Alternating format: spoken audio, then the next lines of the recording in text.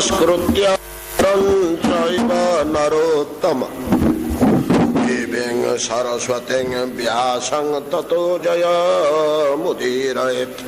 मूकं करोति वाचालं पङ्गुं लङ्घयते गिरिं यत्कृपातमहं वन्दे परमानन्दमाधवम्। संकीर्त्यमानो भगवान् अनन्तः श्रुतानुभावो व्यसनं हि पुंसां प्रविश्य चित्तं विधोन्यत्यशेषं यथा तमोर्क भ्रमिवाति बात मृषा गिरस्ता ह्यसति रसत कथा न कथ्यते जत भगवान् अधोक्षजः तदेव सत्यं तदुहैव मंगलम तदेव पुण्यं भगवत गुणोदयम् तदेव रम्यं रुचिरं नवं नवं तदेव शाश्वत मनसो महोत्सवं तदेव शोकार्णव शोषणं नृणं यदुत्तम श्लोक जशो नुगीयते।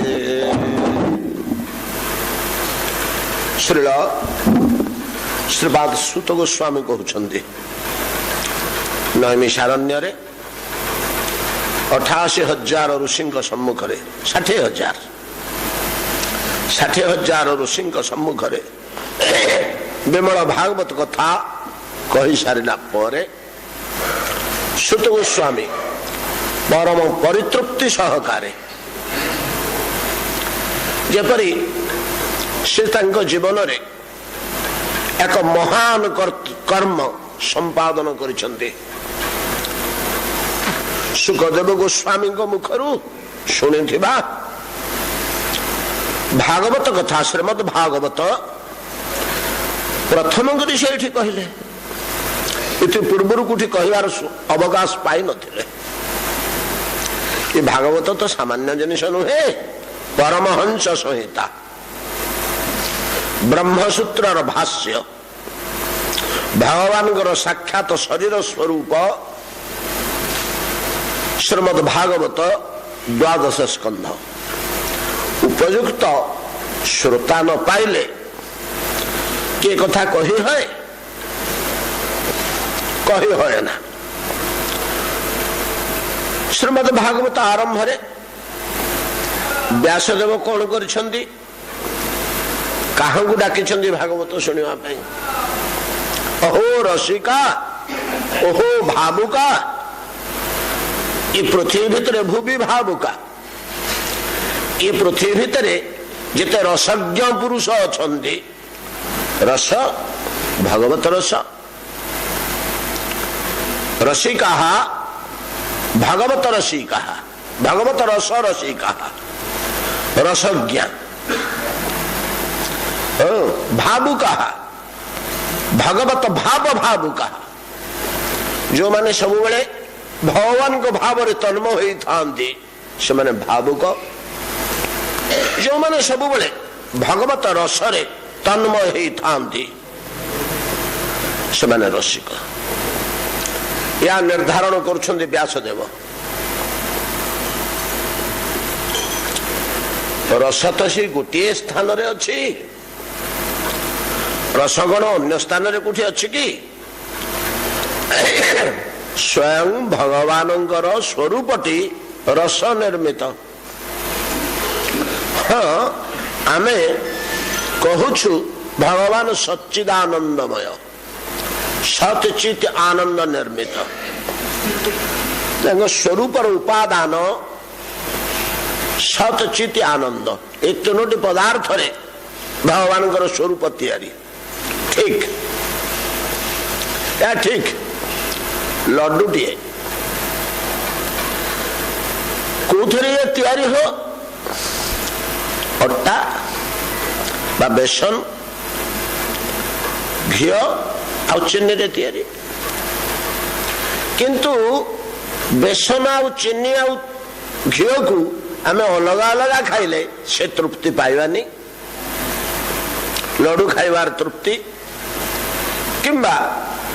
बेसन घी आ चीनी की गोले देकर एकाठी ताकू खाइले मध्य आमे लडू खाइबार परितृप्ति पाइबा नहीं। से एपरि एक अवस्था प्राप्त होइछि जे रससिक्त हो जाइछि ताको चिपुड़ी देले रस झरुछि ता देहरु ता ऊपर रस बोली हेछि ताको टिके जीभ लगेई देले चाटी देले रस बोली हि जाउछि जीभरे तेणु लडूर ई स्वाद। तेणु बेसन घी आ चीनी रे तैयारी लडू बोली कहिले एवं सेगुड़िक रसार अवस्था प्राप्त होला परे ता स्वाद अलगा अनुभव होछि। तद्रूप भगवान तो सच्चिदानंदमय सत चित आनंद को चाखिले स्वाद मिलिबो किंतु से स्वाद मिलिबोनी लडू खाइबार परितृप्ति आसीबोनी। बेसन घी चीनी खाइले लडू खाइबार परितृप्ति आसीबोनी। ये तीनोटी जिनिस रसरे परिणत होई रस वैश स एवाय नंदा लब्धानंदी भवति। शास्त्र कहते रस वैश भगवान केवल रसर गोटे पिंडुला अंग प्रत्यंग सर्वांग रसरे तैयारी पारे से रस सतर रस चेतर रस आनंदर रस चीनी जमी शिरा हो जाऊँगी बेसन जमी घी सहित मिसी एक अपूर्व रूप आ स्वाद बहन करुची तद्रूप सत चित आनंद से रसमय हो साधना अनुसारे किए कौन आस्वादन करती कर्मीगण भगवान को किसी आस्वादन कर पारंती आस्वादन किसी होए ना केवल कर्म जीवन में से लगी जाता किंतु ज्ञानीगण किसी किसी आस्वादन करती कौन आस्वादन करती किए से घी मेचे खाई दियंती किए से बेसन मुठे खाई दियंती किए चीनी मुठे बाटरे पकई दियंती किंतु योगीगण ये तीनोटी के मिसई परमात्मा अनुभव द्वारा ये तीनोटर मिश्रण वस्तु पाती किंतु एमाने कहीं लडू पाती नहीं से पदार्थ को खाती किंतु से लडू अवस्था प्राप्त होला परे ताकू के पाती नहीं केवल भक्तगण ये पदार्थ त्रय को लडू रे परिणत होइथिबा बेले ताकू भोजन करी परम परितृप्ति पाती। तेणु भक्त माने ही भगवत रसटा को बुझी पारंती जानी पारंती भगवत रस से गोटे रस रही से रसटा जी चाखी ताकू कहा जाए रसिक। ये जगत रे मध्य विभिन्न स्थान रे आमे रस पाउछु ये जगत रे सुंदर पद्मपूर्ण पुष्करिणी की देखीदेले एक परितृप्ति आसुछि एक रसाल रूप केते कढ़ी केते दर फुटा फुल केते पूर्ण पुष्प फुटी जाइछि पद्म पुष्प कोमल पत्र गुड़िए पवन रे से धीरे धीरे ढलुछि भ्रमर माने ता उपरे गुंजन करी बुलुचंदी केते पक्षी खेली जाउचंदी ता उपरे पद्म पुष्करिणी की देखीदेले पद्मपूर्ण पुष्करिणी की एक तार लोभनीय रूप देखा भल लगे आउ भल लगे से रस रही उदीयमान सूर्य दिग्बलय जो प्रकाश पाई जाउचंदी कि सांध्य कालन अस्तगामी सूर्य से रस रही बिंदु रस रही देखुले देखुवा मन हो गाड़ी कि मोटर रे जाऊे संध्या होगला सूर्य अस्त होती आखिरे पड़गले 2 मिनिट चाहिए को इच्छा हो एक शोभा से रस आकर्षण कर छोट शिशुटे देवदुर्लभ शिशु देव शिशुतुल्य ना हिंसा ना विद्वेष ना क्रोध ना काम किछि नहीं ता भितर एकदम शुद्ध निर्मल तार खेल कौतुक देखिले सेठी टिके रस अछि आ टाण टाण रस रही बड़ बड़ बुंदा रस बात्सल्य दुई बंधु भितर जो गभीर प्रणय एवं पति पत्नी भितर जी हृदयपूर्ण आवेग सब जगह टे अधिक मात्रा रस रही। हिमालय पर्वतमाला को आप चलीजे भरपूर रस चतुर्दिगरे जुआड़ देखिले आपको रसाल देखा कोटी भागीरथी कुलुनाद बही जाऊँ तो कोटी धला धला बरफ माला श्रृंग विमंडित कोटी शत शत प्रपात झरी जाऊँगी कोटी विचित्र पक्षी माने उड़ी जाउछंती बड़ सुंदर रमणीय दृश्य। ये सब स्थान मानक जगत टिके टिके रस अच्छी एठिकी रस कौटू आसला हो रसर उत्पत्ति स्थल उत्पत्ति नहीं से सब बड़े अच्छी केवल भगवत स्वरूप भगवान को स्वरूपटी रसर गोटे पिंडुड़ा से बिंदुए बिंदुए रस झरी जोठी रही जाइए पड़ जाइए से जगह रसाल हाड़ा सुख लगुच तृप्ति लगुच थरक पाखु 5 थर देखा भल लगुच चाखा भल लगुच। तो ये जगत आम जेते रस पाइबा ये समस्त रस भगवान को स्वरूप ही झरिक आसी जोटी भगवान स्वरूप निश्चित रसर अभाव एटा निष्ठुर कठोर कर्कश क्रूर दुर्विषह दुराधर्ष दुष्प्रेक्षणीय चाही हेनी भय लगे आतंक लगे रसर अभाव अच्छे रस टिके स्पर्श नहेले जगत सुखमय बोध है ना। एतादृश जगत रे पाउथबा जो रस से रस मध्य भगवान को स्वरूप ठू आसी बिंदु बुड़ी रसर मूल स्थान एकमात्र स्थान भगवत स्वरूप। ये भक्त माने कौन करती से पिंडुला धरी पकाती रस पिंडुला ये बिंदु बिंदु जगत जगत रे छिटिकी पड़ी रस नुहे टे छिंची पड़ी बिंदु बिंदु जागतिक रस स्पर्श करती या छाड़ी मूल पिंडटा को धरी पकाती गोपांगना माने आत्मसात कर देइचंते। काली आम आलोचना करुले ब्रजांगना मान कथा से पूरा आत्मसात कर देइचंती रस पिंडुला को। ये रस पिंडुला भगवत स्वरूप निजकू से पाखरे समर्पण कर देछि निय कौन करुच कर मते तुम जहा करि परिबो तुम परितृप्ति तुम इच्छा अनुसार मते उपभोग करि पारो निय एतिकी कृपा ब्रजांगना मान प्रति रसमय भगवान से भगवत रसर श्रद्धान जो माने पाई भगवत रसर आस्वादन जो माने करिचंदी से माने हले रसिक। ये रस चाखिदेला परे मन समुद्र भितरे जो उत्ताल तरंग राशि उठे ता होची भाव विविध भावना। रस को टिके चाखिदेला परे से तो तन्मय करदेव मुह्यमान करदेव जगत भूलेदब आत्मस्वरूप भूलेदब केते केते जे भाव राशि उदय हब मन भितरे रस पान कर सारा पर। तेणु व्यासदेव कहले भागवत शुणवा आस गोटे नुआ कथा शुणवा आस आस भो रसिका भो भावुका आस। ये हूँ निगम कल्प तरुर गलित फलर रस। श्रीमद भागवत निगम कल्प तरु वेद गोटे वृक्ष से वेद वृक्ष फली फलर रस ये एतरे चोपा नहीं कि मंजी नहीं। गलित शब्दर तात्पर्य है कमलाटे आंबटे आम आनिबा ऊपर रही तार बड़कल चोपा रही ताकू फोपाड़ी देवको हम रसटी भक्षण कला भितरू टाकुआटे बाहर टाण ताकू फिंगी देवको हम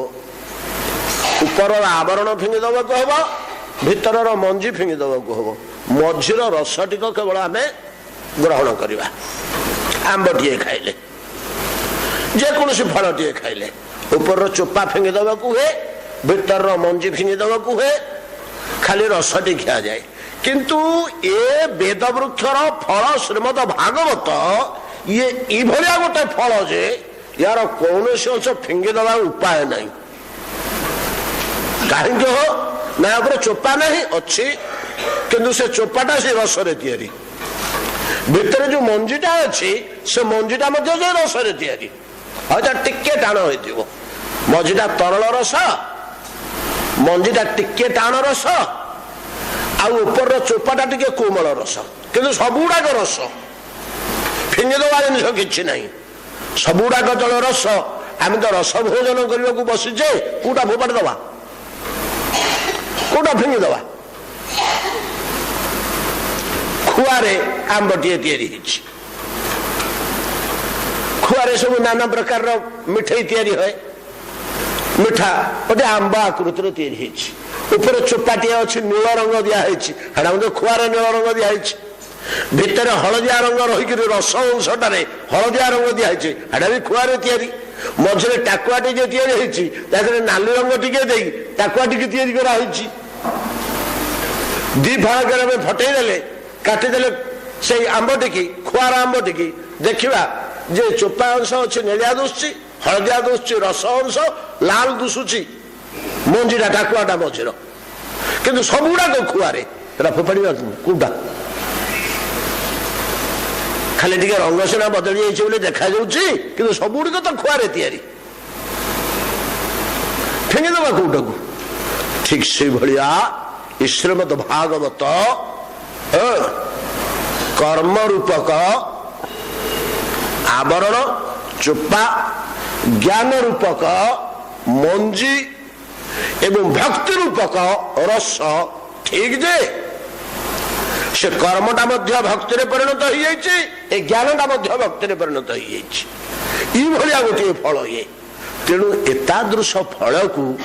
सर्वसाधारण को तो दे हेनी सर्वसाधारण तार मूल्य बुझीपारे तेणु व्यासदेव डाकुच क्या रसिका भावुका आस आस गोटे नुआ जिनिस पाइब निगम कल्प तरुर गलित फलम सुख मुखादमृत द्रव संयुतम अमृतमय हो सबू गलित शब्दर अर्थ हूँ या तार मंजीटा रस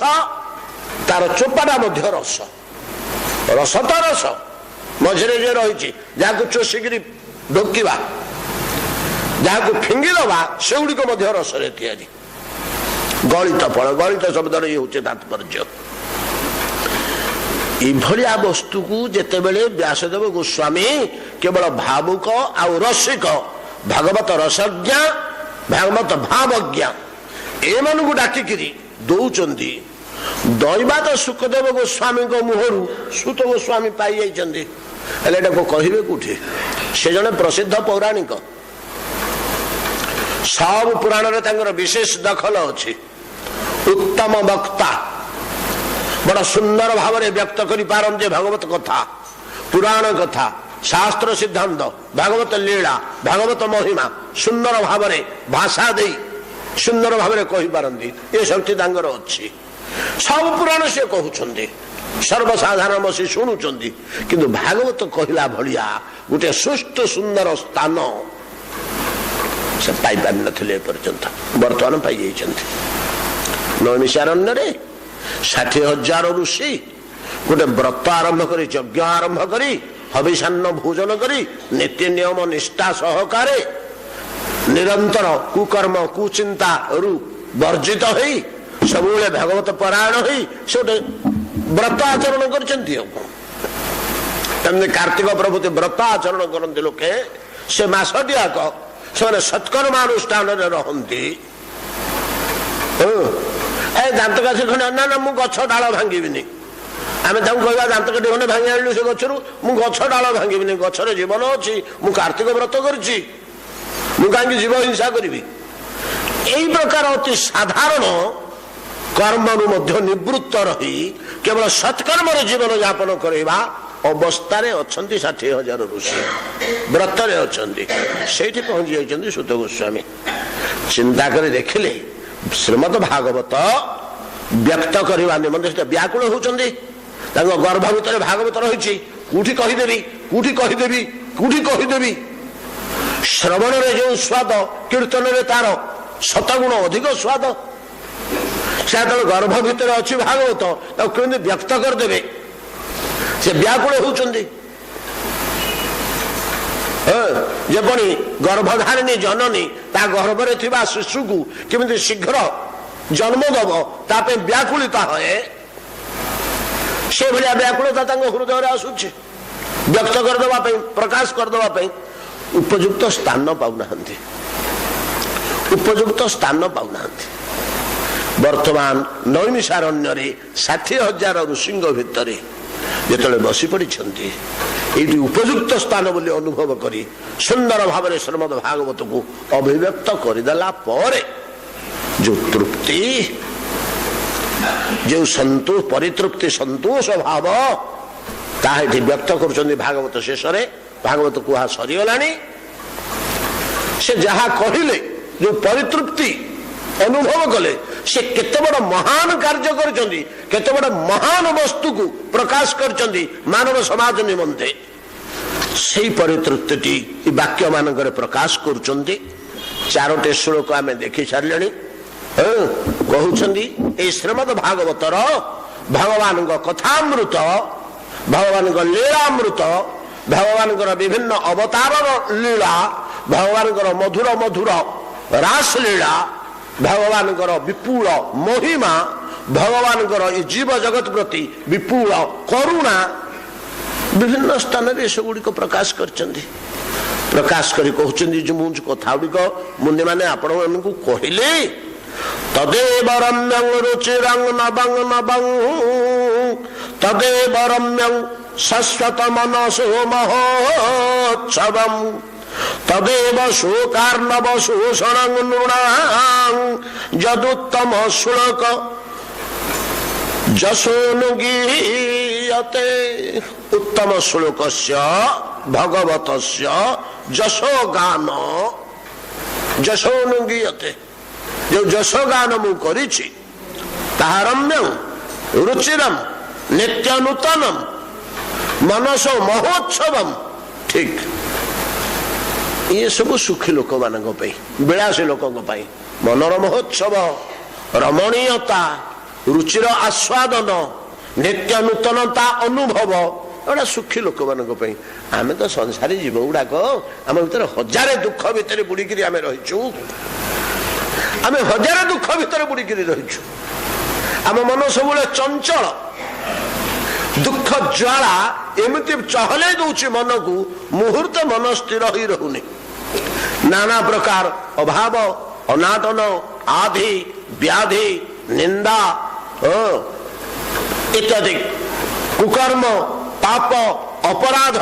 ଏଗୁଡାକ ଭିତରେ ଆମେ ଖାଲି ଦୁଃଖ ଭିତରେ ଘାଣ୍ଟି ହଉଛୁ। ଆମେ କି ରମ୍ୟର କଥା ବୁଝିବୁ? ଆମକୁ ରୁଚିରତା କୋଉଠୁ ମିଳିବ? ନୂତନତା ଆମକୁ କୋଉଠୁ ମିଳିବ? ମନସ ମହୋତ୍ସବ କୋଉଠୁ ମିଳିବ? ଆମେ ଦୁଃଖୀ ଗୁଡାକ।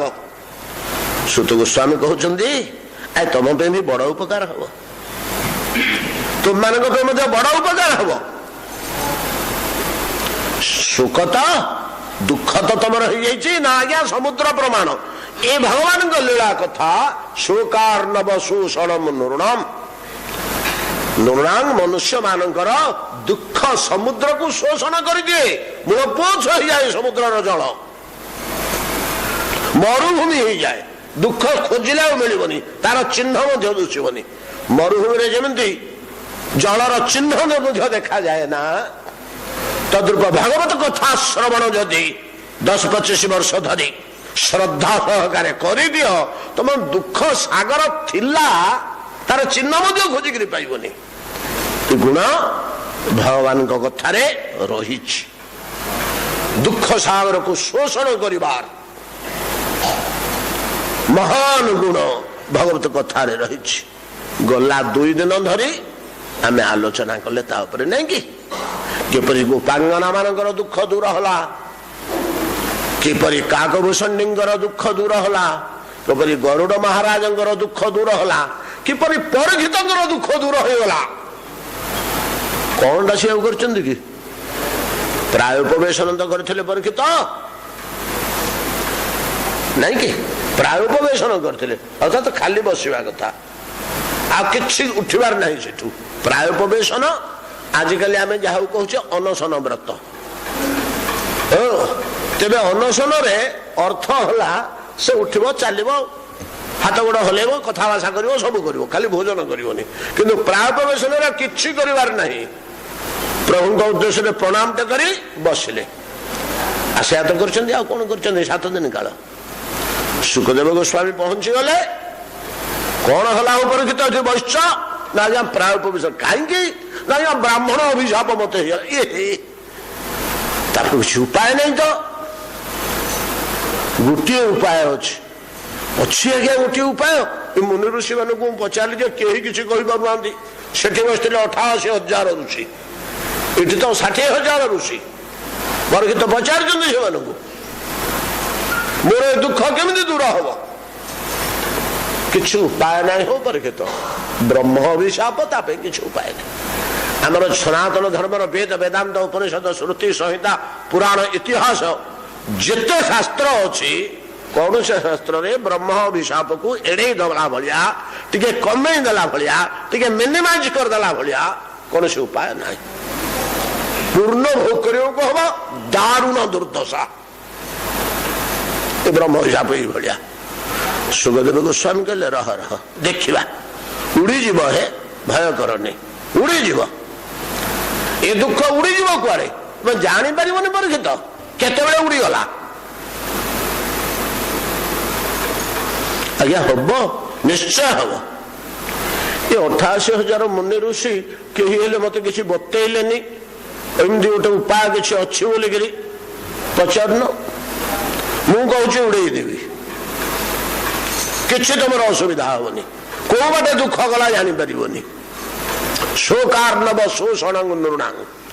मनुष्य मानकर शोक सागर को उड़ेदेला भाया शक्ति अच्छी भागवत कथा श्रवण मुझे कथा पचार ये तो आम बापा बस गोसाई बापा बस पणी गोसाई बापा बस सभा जो ना दिखाई व्यास अच्छा पिता पराशर अच्छा पिता पिता पुलस्त्यादि ऋषि मैंने अच्छा पराशर पिता शक्ति अच्छा पराशर पिता होती शक्ति समस्ते अच्छा आम गुरुदेव अच्छा परम गुरुदेव अच्छा परात्पर गुरुदेव अच्छा परमष्टि गुरुदेव अच्छा आम जहाँ गोटू भागवत शिखीलु आमको जो पाठ पढ़े किए पाठ पढ़े व्यास गुरुदेव नारद गुरुदेव नारायण ऋषि समस्ते अच्छा से सभार बस और पिता पितामह प्रपितामह वृद्ध प्रपितामह गुरु परम गुरु परात्पर गुरु परमेष्टि गुरु समस्ते जी बस पचार तो हयतो टिके परीक्षित चाहे चारिआड़ को किए कौन कहे परा नाई नाई नाई ब्रह्म अभिशाप उड़ी पारनी किसी बाट नहीं एक काले किए कहे परा समस्ते नीरव रहीगले चुप बसले कहीं किसी कहले कहीं साहस कले सुखदेव गोस्वामी कथा उपरे अधिक कथा कहवाई कहीं साहस कले कहीं जानती सुखदेव गोस्वामी मूल्य सुखदेव गोस्वामी महत्व ये सुखटी अनेक काल कोटि कोटि कल्प बीतई राधाकृष्ण मिलन निकुंज कुटीर भितर थाई स्थान से नित्य गोलक भगवान नित्य लीला चली भर निकुंज लीला राधाकृष्ण जो प्रणय कालीन विलास कौतुक मुहूर्त ये गोटे लोक ही सीठी थाए शुआटी भगवान को आदेश सी आसी जानी से तेणु किए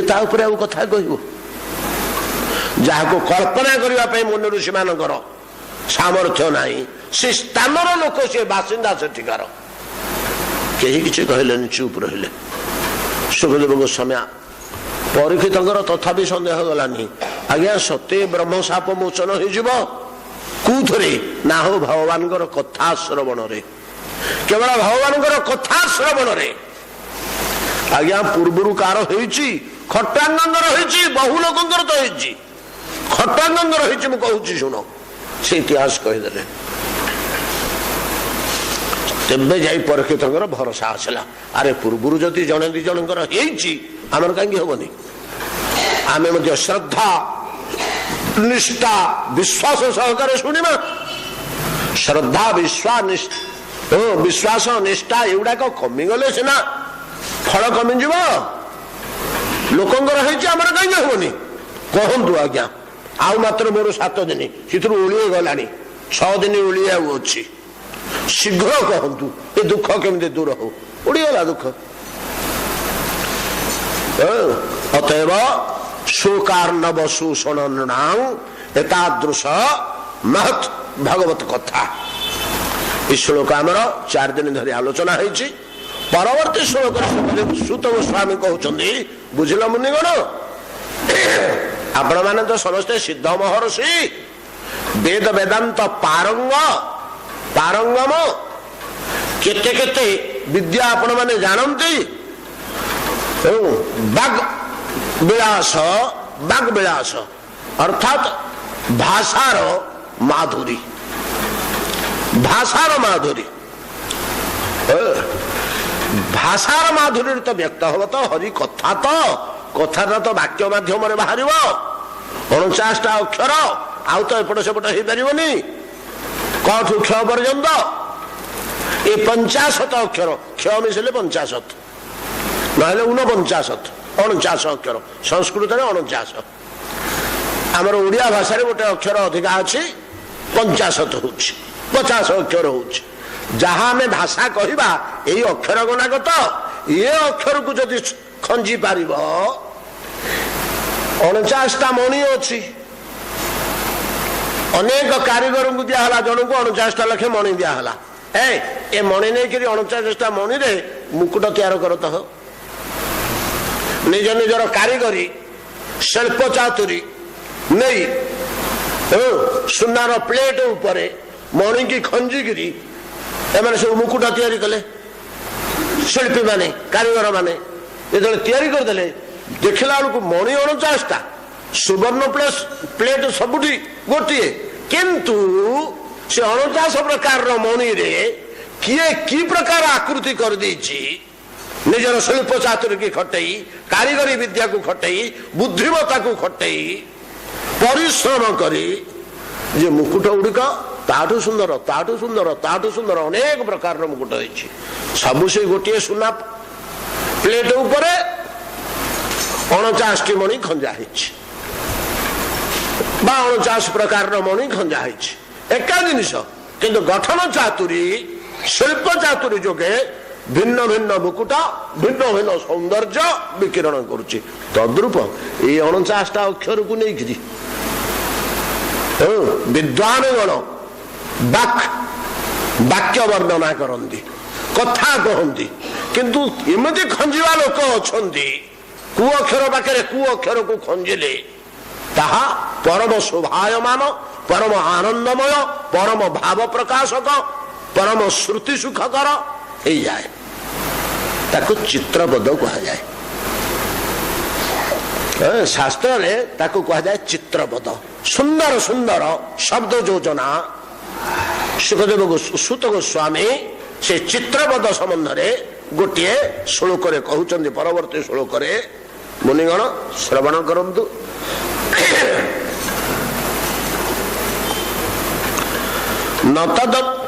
न तदवच चित्रपदम हरेर्जस जगत पवित्रम प्रगुणित की कहचित तद्ध्वंस तीर्थम न तु हंस सेवितं जत्राच्युत तत्र ही साधवो मला न तदवच चित्रपदम हरेर जसो जगत पवित्रम प्रगृणीत करहिचित। हे मुनि माने आपण माने विभिन्न काव्य कविता विभिन्न उपन्यास रे अनेक चित्रपद पाइथिबे। अनेक चित्रपद विषय आपणकर ज्ञान थिबो। चित्रपद कौन? विचित्र पद। चित्रपद विचित्र पद, पद सह पद अक्षर सह अक्षर को जोड़ी इभलिया सुंदर भाव रे वाक्य निर्माण करा होईची। सुनिले शुणुथिबा को इच्छा होची हो। एमते ध्वनि उच्चारण करूची से जति जमक अनुप्रास अलंकार उपमा इत्यादि सबू जोड़ाक साहित्यर संपद जहाकू पाई उच्च कोटिर साहित्य बोली कहा जाए। दीटा जिनस रहुछि, ध्वन्यात्मक शब्द योजना, अक्षर योजना, अक्षर संयोजना एवं भाव मध्य प्रकाश करथुबो, गभीर भाव प्रकाश करथुबो। ए दीटा आक थिले ताको चित्रपद कहा जाए। चित्रपद कहा जाए। ए चित्रपद संबंध रे आमे जदि टिके दृष्टिपात करिबा साहित्य जगत को, ताहले जयदेव गोस्वामी रचित गीत गोविंद साथरे केही समान नुहंती। चित्रपद रचना रे एडे सुंदर भाव से पद रचना करिसंती। मधुर कोमलम कांत पदावलिम शृणुम तदा जय देव सरस्वती। मधुर कोमल कांत पदावलिम चित्रपद, विचित्र पद को चित्रपद कहा जाए।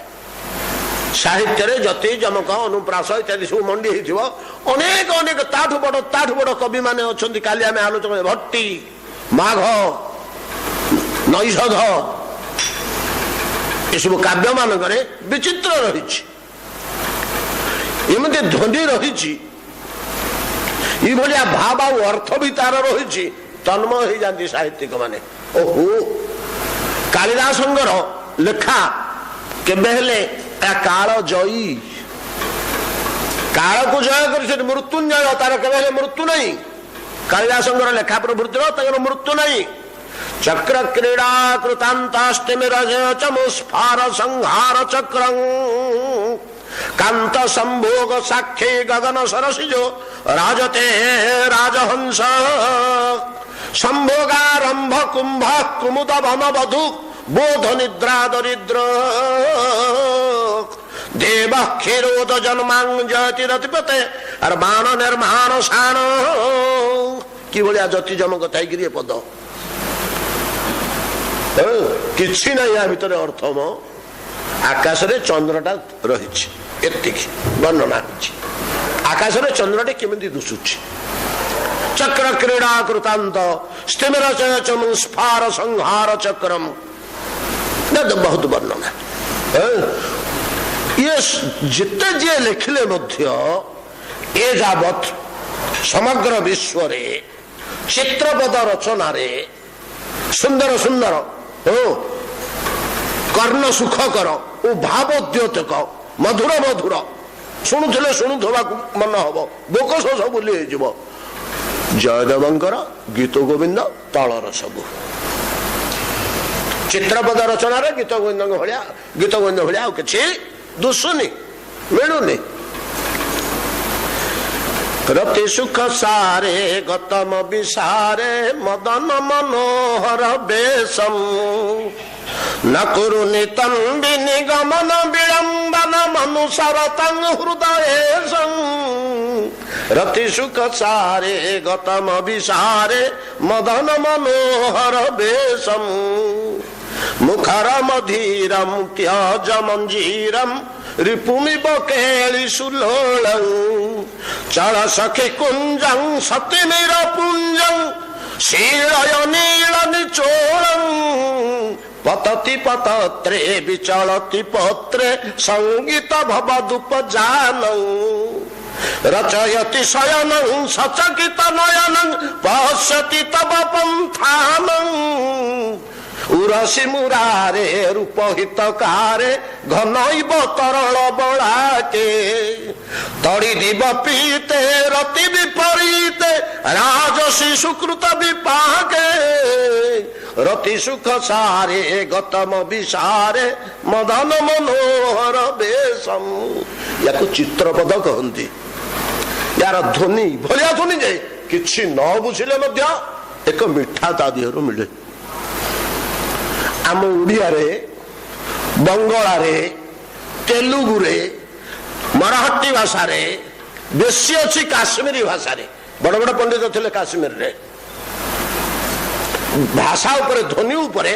बड़ बड़ विद्वान काश्मीर रे थिले काश्मीर तो समुदाय ब्राह्मण बसती थिला सेटा विद्वान ब्राह्मण थिले दक्षिण भारत में मध्य किछि कम नहीं एमाने सब विभिन्न काव्य लिखि जाइछन्ति विभिन्न काव्य लिखि जाइछन्ति जो थे भले चित्रपद यथेष्ट भाव आ सुंदर शब्द योजना सुनिबा को सुखकर देखी नव कालिका मालिका आली कालिका कांत स्मरी रक्षा के मंते करी करी बामत्त करी गति की ए मंते विचारी से सहचरी उपेंद्र भंजंगर सह सह या ना होची चित्रपद साहित्य रे यार बड़ मूल्यायन सुत गोस्वामी कहते आहे मुनिगण शुण शुण से चित्रपद केते बड़ महान चित्रपद होइथाउ केते बड़ महान साहित्य कृति होइथाउ से ध्वनि तत्व हृदय को केते आनंद दउछि दउ जदि ता भीतर भगवान को कथा नाही जदि ता भीतर भगवान को कथा नाही ताहा ध्वांख तीर्थ तीर्थ आउ कौनसी भाषार कौनसी लालित्य नहीं कौनसी परिपाटी नहीं कौनसी स्वाद नहीं आबुड़ा खाबुड़ा भाषा है ताहा जदि भगवान को जसो विमंडित भगवान कथा कहुची सेटा होची साक्षात गंगा तीर्थ त्रिवेणी तीर्थ साधु माने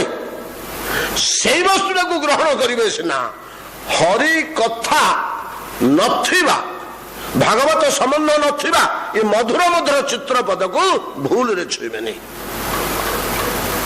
हरि कथा हरि जस भगवान को गुण भगवान को महिमार ई भलिया मूल्य रहिछि ई भलिया महत्व रहिछि जे न तद बच सही वाक्य जद्य चित्रपद विचित्र वाक्य विन्यास विचित्र पद विन्यास न तदुत्पच चित्रपदम हरेर जस जत्र हरेर जस न वर्ण्यते चित्रपद होइछि बड़ सुंदर भाषा होइछि बड़ मधुर भाषा होइछि जति जमक छंद अलंकार रे भरपूर होइछि किंतु भगवान को कथा सीधा नुहे जागतिक कौन गोटे वर्णना है भगवान को जस वर्णना है न जत्र हरेर जस वर्ण्यते तात चित्र पदम अपि ध्वांख्य तीर्थ इव कल्पते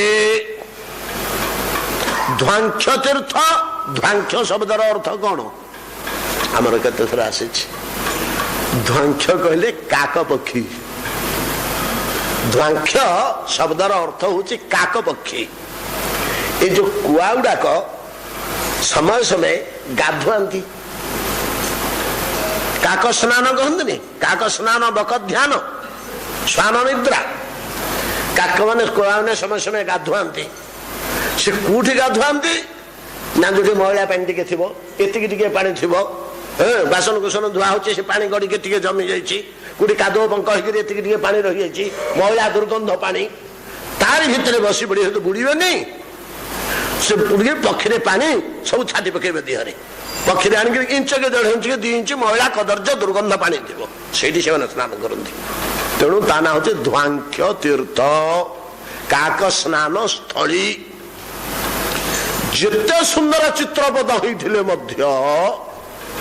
ବଡ ସୁନ୍ଦର ସାହିତ୍ୟ ଅଳଙ୍କାର ହେଇଥିଲେ ମଧ୍ୟ, ଶବ୍ଦ ଯୋଜନା ଯତି ଯମକ ଅନୁପ୍ରାସ ଭରପୁର ହେଇ ରହିଥିଲେ ମଧ୍ୟ, ତାହା ଯଦି ଭଗବାନଙ୍କ କଥା ନୁହେଁ, ଅନ୍ୟ କୌଣସି ଜାଗତିକ କଥା, କିନ୍ତୁ ସାହିତ୍ୟ ଶବ୍ଦ ଧ୍ୱନିର ବିଶେଷ ସମ୍ପଦ ଭରପୁର ହେଇକରି ରହିଛି ମୁନିଗଣ, ତାହା ଧ୍ୱାଙ୍ଖ୍ୟ ତୀର୍ଥ, କାକ ସ୍ନାନ ସ୍ଥଳୀ, କାକ ସ୍ନାନ ସ୍ଥଳୀ। କିନ୍ତୁ ଭାଷା ସାହିତ୍ୟ ସେତେ ରୁଚିରତର ନ ହେଇ ଯଦି ଭଗବାନଙ୍କର କଥା କୁହାହଉଛି, ଭଗବାନଙ୍କ କଥା କୁହାହଉଛି, ତା ଦେହରେ ହଜାର ଭୁଲ ଅଛି, ବ୍ୟାକରଣଗତ ଭୁଲ ଅଛି, ଶବ୍ଦଗତ ଭୁଲ ଅଛି, ଅର୍ଥଗତ ଭୁଲ ଅଛି, ଥାଉ ଥାଉ। ଯେପରି ଜଳ ଆଉ ଦୁଗ୍ଧ ମିଶ୍ରିତ ବସ୍ତୁରୁ ଦୁଗ୍ଧ ଶୋଷଣ କରିନିଏ ହଂସ, ଜଳ ଅଂଶକୁ ପରିତ୍ୟାଗ କରିଦିଏ, ତଦ୍ରୂପ এই ভুল ভাল কথা ভিতরু ভগবতর সঠিক ভগবানଙ୍କର ଯଶ ଗାନ ହଉଛି, ସେଇତକ ସାଧୁମାନେ ଗ୍ରହଣ କରିନିଅନ୍ତି, ବାକି ସେ ଭୁଲ ଭାଲକୁ ଛାଡି ଦିଅନ୍ତି, ସେମାନେ ଛୁଅନ୍ତି ନାହିଁ। ଏ ଜଗତରେ ଭୁଲ ଜଣକୁ କିଏ ଛୁଏ? ଆମମାନଙ୍କର ଗୋଟେ ସ୍ୱଭାବ ଅଛି, କିଏ ଗୋଟେ ଭୁଲଟେ କରିଦେଲା ଆମେ ସବୁବେଳେ ନଜର ରଖିଥିବା, କାହାର କୋଉଠି ଭୁଲ ହେଇଗଲା। ଅନେକ ଲୋକ ଅଛନ୍ତି, ସେଇଥିପାଇଁ ଗୋଟିଏ ବାକ୍ୟ ଅଛି, ବ୍ରଣମ ଇଚ୍ଛନ୍ତି ମକ୍ଷିକା, ସେମାନେ ମାଛି ଭଳିଆ ବୋଲି କୁହାଯାଉଛି। ମାଛି ଯଦି ଜଣଙ୍କ ପାଖକୁ ଉଡି ଆସିବ, ତା ଦେହଟା ଯଦି ସଫା ସୁତରା ଚିକଣ, ସ୍ନୋ ପାଉଡର ଲଗେଇଛି, ଚନ୍ଦନ କର୍ପୂର ବୋଳି ହେଇଛି, ମାଛି ବସିବନି, ବୁଲିବ ବୁଲିବ ପଳେଇବ। ତା ଦେହ ତମାକ ଖୋଜୁଥିବ କୋଉଠି ଖଣ୍ଡିଆ ହେଇଛି, ରକ୍ତ ପୁଜ ଝରୁଛି ଏବଂ ଆମିଷ ଦୁର୍ଗନ୍ଧ ବାହାରୁଛି, ସେଇ ଜାଗାଟିକି ସେ ଖୋଜିବ। କୋଉ ଜାଗାଟା ଛିଦ୍ର ହେଇଯାଇଛି, କୋଉଠୁ ରକ୍ତ ପୁଜ ଝରୁଛି,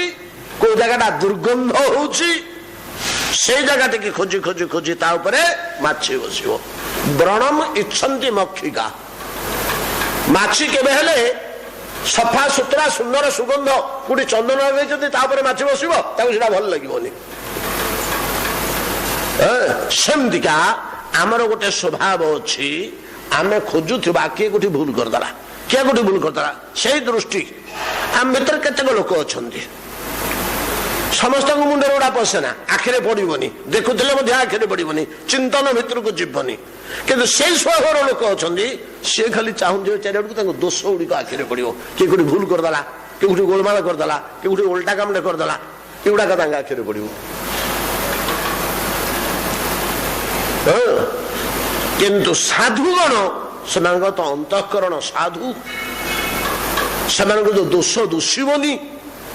ସେମାନେ ତ ଭଗବତ ଚିନ୍ତାରେ ରହିଲେ। ତେଣୁ ଗୋଟେ ଲୋକର ବାକ୍ୟ ଭିତରେ, କଥା କହୁଥିବା ଭିତରେ କୋଉଠି ଭୁଲ ରହିଗଲା, ସେଇଟାକୁ ସେମାନଙ୍କ ଦୃଷ୍ଟିରେ ପଡିବନି, ତାଙ୍କ ମସ୍ତିଷ୍କକୁ ସେଇଟା ସ୍ପର୍ଶ କରିବନି। ତା ଭିତରେ ଭଗବାନଙ୍କର କଥା କଣ ମିଠା ମିଠା ରହିଗଲା, ସେତକ ସେ ଶୋଷଣ କରି ନେବେ, ସେତକ ସେ ଶୋଷଣ କରି ନେବେ। ଅତଏବ ମୁନିଗଣ ଚିତ୍ରପଦ ହୋଇଥିଲେ ମଧ୍ୟ ଯଦି ଭଗବାନଙ୍କ କଥା ତା ଭିତରେ ନାହିଁ, ତାହା ଧ୍ୱାଙ୍ଖ୍ୟ ତୀର୍ଥ, କାକ ସ୍ନାନ, କାକ ତୀର୍ଥ, କାକ ପାଇଁ ସେଟା ତୀର୍ଥ, ତାକୁ ସ୍ନାନ କରିବାକୁ ସେଠି ସୁଖ ଲାଗିବ ଭାରି। କିନ୍ତୁ ଭୁଲ ଭାଲ କଥା ଥିଲେ ମଧ୍ୟ, ଶବ୍ଦ ଯୋଜନା ସେତେ ଶାଳୀନତା ବା ମଧୁରତା କାନକୁ ନଥିଲେ ମଧ୍ୟ, କର୍କଶ ଥିଲେ ମଧ୍ୟ, ଯଦି ଭଗବାନଙ୍କ କଥା, ତାହେଲେ ସାଧୁମାନେ ତାକୁ ଛାଡନ୍ତିନି, ତାକୁ ଧରି ବସନ୍ତି। ଏଇ କଥା କହୁଛନ୍ତି। ଭଗବାନଙ୍କ କଥାର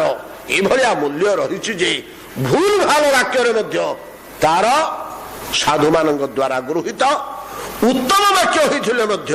ଯଦି ତା ଭିତରେ ଭଗବାନଙ୍କ ଯଶ ଗାନ ହଉନି, ଭଗବାନଙ୍କ ଗୁଣ ମହିମା ଲୀଳା ଗାନ ହଉନି, ତାହା ତ୍ୟାଜ୍ୟ,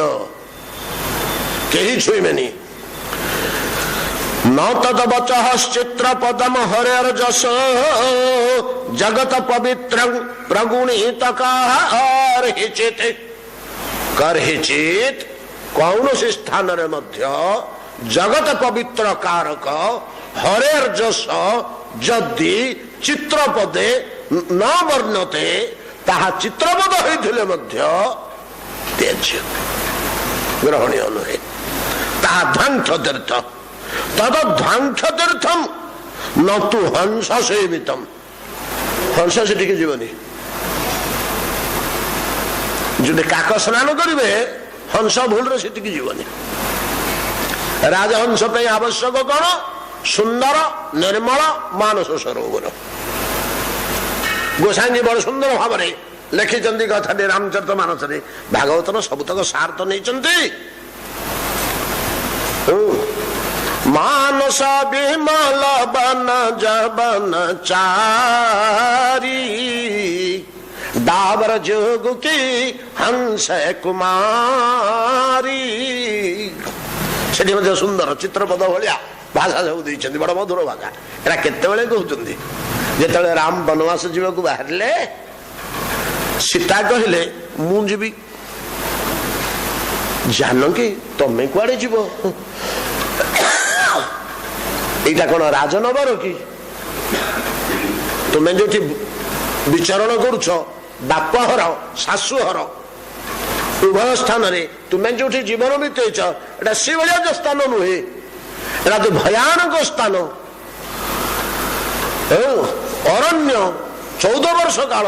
पहाड़ पर्वत कंकर हिंस्र जंतु नदी नाल वर्षा खरा बड़ कदर्य स्थान से पदटी कहते प्रभु श्रीराम मानस विमल वनज वन चारी डाबर जोगु की हंस कुमारी पे तार उपयुक्त स्थान हला तार विलास भूमि हला तार विचरण स्थली हला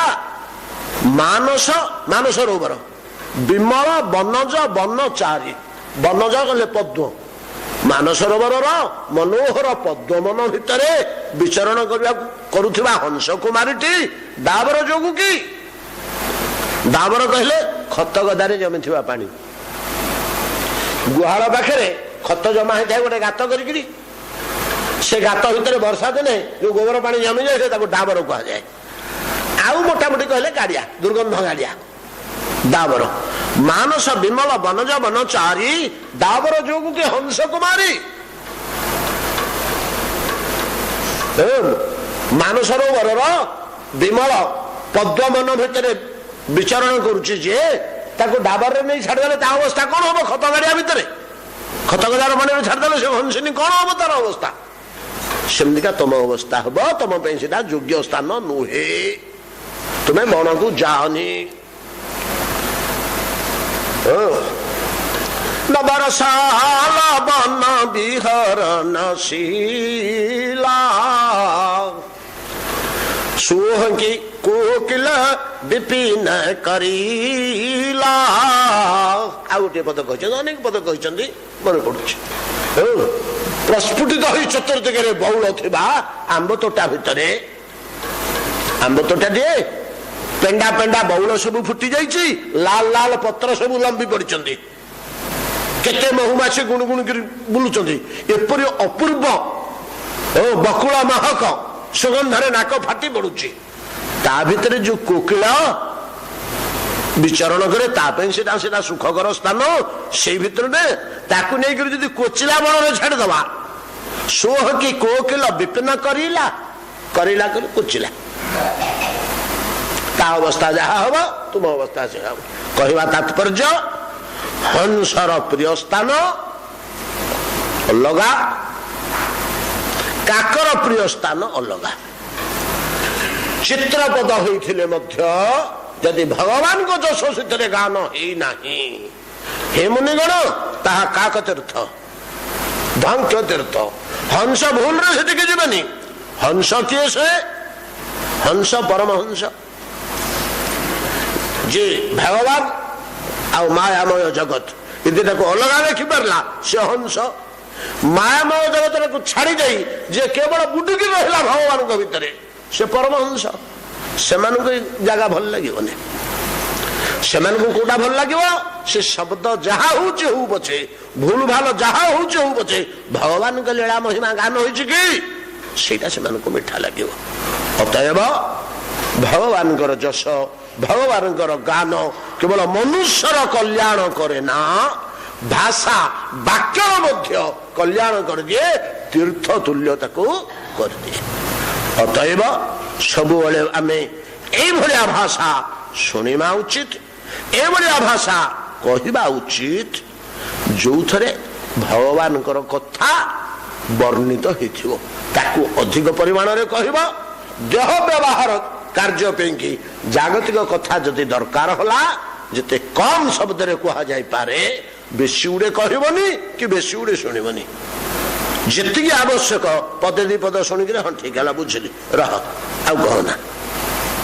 किंतु भगवान कथा जदि आउ कह आउ कह आउ कह कही विपुल परिमाण रे श्रवण करिवे तेबे मनुष्य जीवन परम कल्याण साधित हो। एतिक आज कथा विश्राम करंतु आसंता काली परवर्ती वाक्य देखिबा। भजनिताय गौर राधे श्याम जप हरे कृष्ण हरे राम भजनिताय गौर राधे श्याम जप हरे कृष्ण हरे राम